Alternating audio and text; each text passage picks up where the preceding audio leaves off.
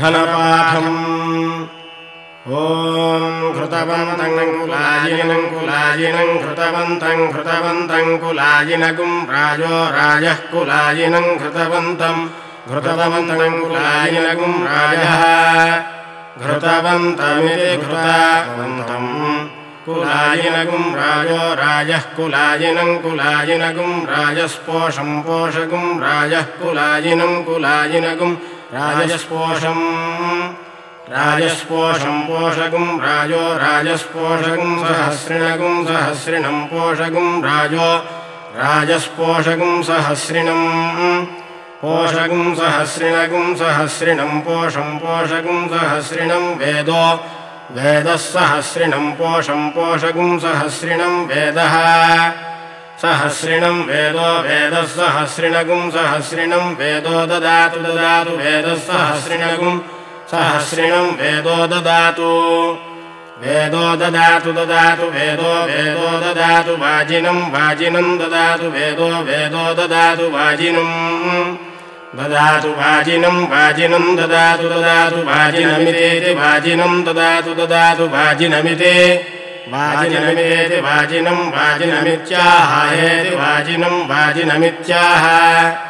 इत्याहेतेत्याह प्रप्राहेतेत्याह आह प्रप्राहाः प्रसहस्रगुं सहस्रं प्राहाः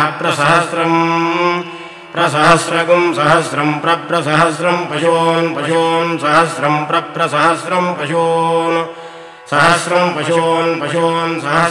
सहस्रं पशूनाप्नोत्याप्नोति पशून् सहस्रगुं सहस्रं पशूनाप्नोति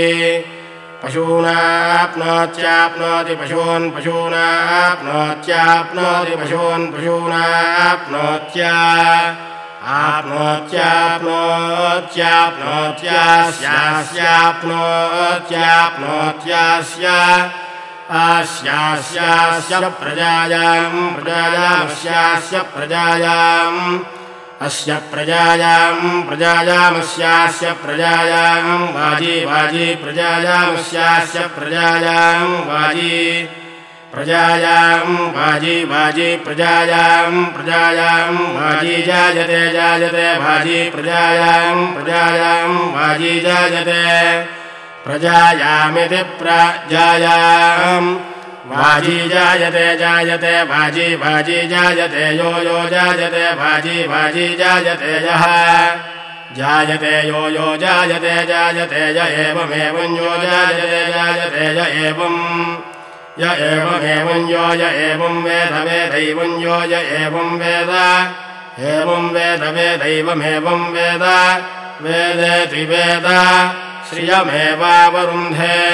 शीतेवाते पुनर्निवेत्याः क्षेमो वै राष्ट्रस्य शीतो वातः क्षेममेवावरुन्धे।